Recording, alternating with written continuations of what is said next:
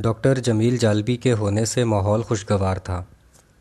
Column نگار Syed Sardar Ahmed Pirzada, the first blind journalist of Pakistan, APNS best Urdu column award holder, روزنامہ نئی بات، مورخہ 20 April 2019۔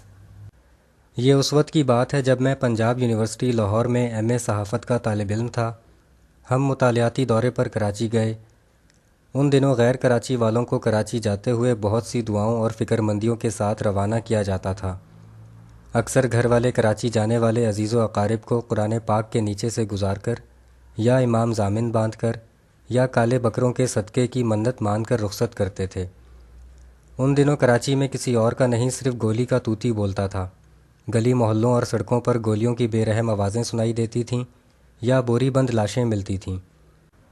ان دنوں کراچی کی درسگاہوں میں طالب علم علم کی نہیں، قاتل قتل کی تعلیم پاتے تھے۔ ان دنوں کراچی انسانوں کی خوشبو سے زیادہ لاشوں کی بدبو کا شہر تھا۔ ان دنوں کراچی روشنیوں کی جگہ اندھیروں کا نگر تھا۔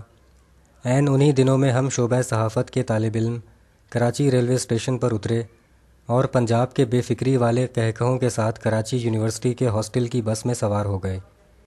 بس میں سوار ہوتے ہی ہمیں کراچی کے اس وقت کے زمینی حقائق کو ملحوظ خاطر رکھنے کا احساس دلا دیا گیا۔ اس وقت کے کراچی کے زمینی حقائق کو پلے باندھ کر ہم نے کراچی یونیورسٹی کے مختلف شعبہ جات اور لائبریری وغیرہ سے اپنے مطالعاتی دورے کا آغاز کیا۔ مختلف سیمینارز اور کانفرنسیں اٹینڈ کیں، مباحثوں میں حصہ لیا اور یوں چند دن گزر گئے۔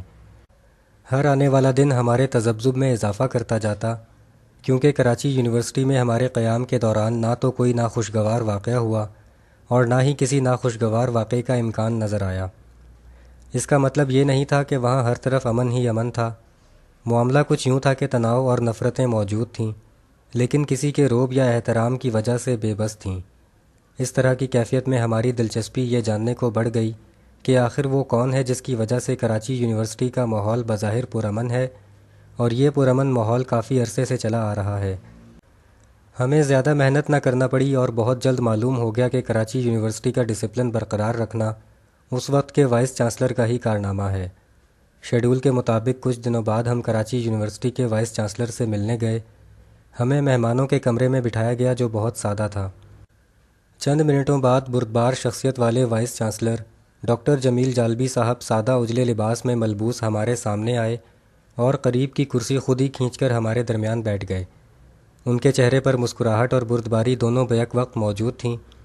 انہوں نے بیٹھتے ہی ہماری خیریت پوچھی اور ہمارے مطالعاتی دورے کے بارے میں جاننا شروع کیا۔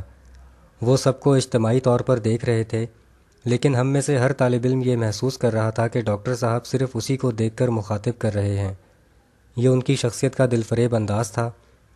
ہمارے کراچی میں قیام کے دوران یہ پہلا موقع تھا کہ ہم سب طالب علم خوف و ہراس کی محتاط گفتگو کے بغیر کھل کر وائس چانسلر ڈاکٹر جمیل جالبی صاحب سے باتیں کرنے لگے، اور یقیناً اس کا حوصلہ ہمیں جالبی صاحب نے ہی دیا۔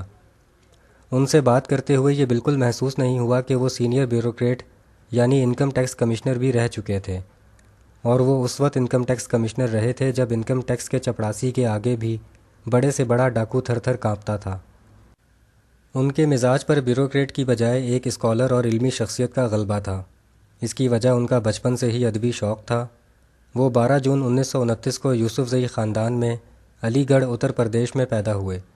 انہوں نے اسکول کی ابتدائی تعلیم علی گڑھ سے حاصل کی، میٹرک سہارنپور اور BA میرٹھ کالج سے کیا۔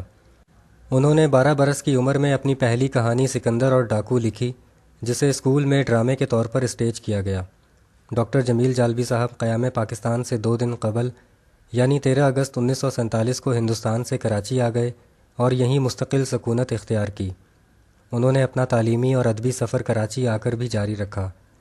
ڈاکٹر جمیل جالبی صاحب نے MA اور قانون کی ڈگریاں سندھ یونیورسٹی سے حاصل کیں۔ انہوں نے 1972 میں قدیم اردو پر مقالہ لکھ کر PhD اور 1978 میں مثنوی قدم راؤ اور پدم راؤ پر D.Litt کی ڈگریاں بھی حاصل کیں۔ وہ کراچی یونیورسٹی کی وائس چانسلرشپ کے بعد 1987 میں اسلام آباد آئے اور مقتدرہ قومی زبان کے صدر نشین یعنی چیئرمین مقرر ہوئے۔ وہ مقتدرہ قومی زبان کے چوتھے چیئرمین تھے۔ ان سے قبل پہلے ڈاکٹر اشتیاق حسین قریشی، دوسرے میجر ریٹائرڈ آفتاب حسن اور تیسرے ڈاکٹر وحید قریشی بھی مقتدرہ کے چیئرمین رہ چکے تھے۔ عجب اتفاق دیکھیے کہ مقتدرہ قومی زبان کے ان چاروں چیئرمینوں کے دنیا سے جانے کی ترتیب بھی وہی رہی جو مقتدرہ میں ان کی تعیناتی کی ترتیب تھی، یعنی سب سے پہلے ڈاکٹر اشتیاق حسین قریشی، پھر میجر ریٹائرڈ آفتاب حسن، پھر ڈاکٹر وحید قریشی، اور اب ڈاکٹر جمیل جالبی 18 اپریل 2019 کو ہم سے جدا ہو گئے۔ ڈاکٹر جمیل جالبی صاحب کی شورۂ آفاق تصانیف اور مرتبہ اہم کتب میں قومی انگریزی اردو لغت، فرہنگ اصطلاحات، ارسطو سے ایلیٹ تک، پاکستانی کلچر، معاصر ادب، قومی زبان، یکجہتی نفاذ اور مسائل، ایلیٹ کے مضامین، ادبی تحقیق اور تاریخ اردو ادب جلد اول تا چہارم وغیرہ شامل ہیں۔ حکومت پاکستان نے ان کی علمی و ادبی خدمات کے اعتراف کے طور پر انہیں ہلال امتیاز اور ستارہ امتیاز سے نوازا۔ جب ڈاکٹر جمیل جالبی صاحب مقتدرہ قومی زبان کی چیئرمین شپ سنبھالنے اسلام آباد آئے تو ان سے میری اسلام آباد ایئرپورٹ پر ملاقات ہوئی۔ میں نے ان سے پوچھا کہ مقتدرہ جیسے علمی ادارے کو کامیابی سے چلانے کے لیے ان کے نزدیک سب سے اہم بات کیا ہوگی۔ ڈاکٹر جمیل جالبی صاحب نے کہا کہ میں اس ادارے کا سربراہ ہوں، میری حیثیت اس ادارے میں خاندان کے باپ جیسی ہے، میں چاہوں تو گھر کا ماحول خراب کر سکتا ہوں اور چاہوں تو سب کام خوشگوار ماحول میں لے سکتا ہوں۔ جالبی صاحب نے ماحول کو خوشگوار رکھ کر خوب علمی کام لیا اور اپنا کہا سچ کر دکھایا۔ اب انہیں ہمیشہ کے لیے رخصت کرتے ہوئے احساس ہو رہا ہے کہ علمی خاندان کا ایک اور سربراہ چلا گیا جس کے ہونے سے ماحول خوشگوار تھا اور نہ ہونے سے اداس ہے۔ شکریہ، دی اینڈ۔